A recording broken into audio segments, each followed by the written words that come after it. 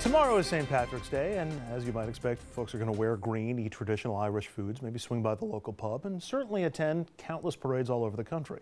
Yesterday in Boston, which is the largest Irish population in the country, they made history. For the first time, two gay and lesbian groups marched in the city's annual St. Patrick's Day parade after taking their battle all the way to the Supreme Court. This after veterans groups who organized the parade refused to allow openly gay marchers to take part in the event. New York, which has a smaller Irish population than Boston, is only allowing one gay group to march in tomorrow's parade. For the second year in a row, Mayor Bill de Blasio has decided he will not attend because of that. Now, earlier this month, de Blasio participated in the St. Pat's for All parade in Sunnyside, Queens. Like its title suggests, the parade welcomes everyone, even members of the LGBT community. De Blasio says he will not participate in New York's big parade until there are changes. We're still waiting for more information from the parade organizers. At this moment, obviously, I've said I'm not ready to commit to marching because all we've heard is that one delegation related to NBC will be allowed to have members of the LGBT community in it. A lot of people feel, I think rightfully, that that is too small a change to merit a lot of us participating who have wanted to see an inclusive parade. Obviously older video there, it wasn't snowing this weekend. Ironically, gays and lesbians have been marching openly at St. Patrick's Day parades in Ireland for decades.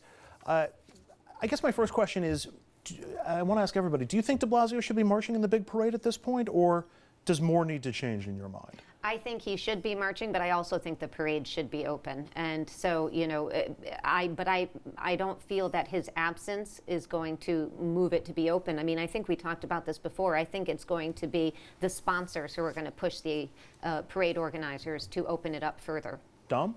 He's the mayor of New York City. He should march. Mayo? That's a difficult one. I mean, I think that on the one hand, he's the mayor of New York City, and there is an LGBT group which is participating, which is a significant improvement from where we were before. But at the same time, I think that there's a religious component with St. Patrick's Day as well. So it's really not a clear-cut answer. I can't even give one. Scott? I mean, as the mayor of New York, I don't think you can march in a parade that discriminates against a portion of your population. What's not clear to me is whether a Rubicon's actually been crossed, whether the allowing of one parade group is the result of one application and other groups were denied, or was the only application that they received. That it's, from some of the press accounts, seems like it's the only application they received. So my question is, were there discriminations in who was allowed to march? And I don't know the answer to that. And obviously the diocese has some say as to who's in the parade. But what should the threshold be then? Should it be any LGBT group that wants to march under their own banner can do so?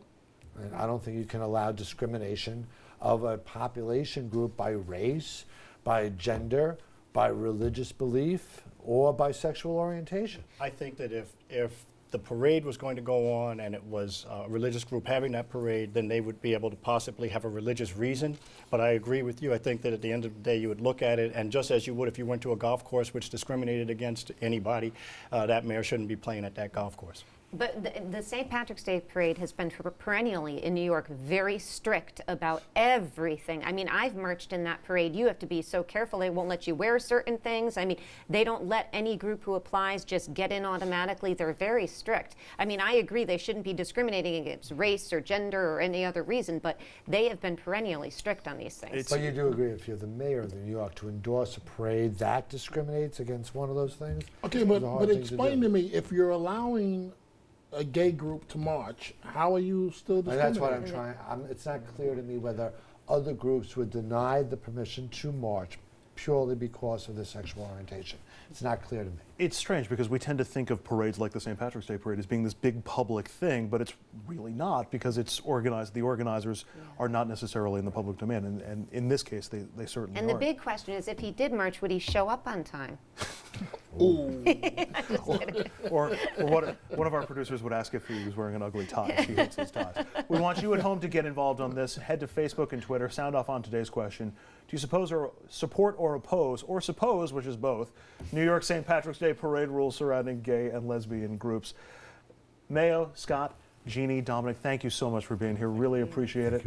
We're going to take a break. When we come back, I'll have a look at some stories making headlines in the Hudson Valley. Stay with us.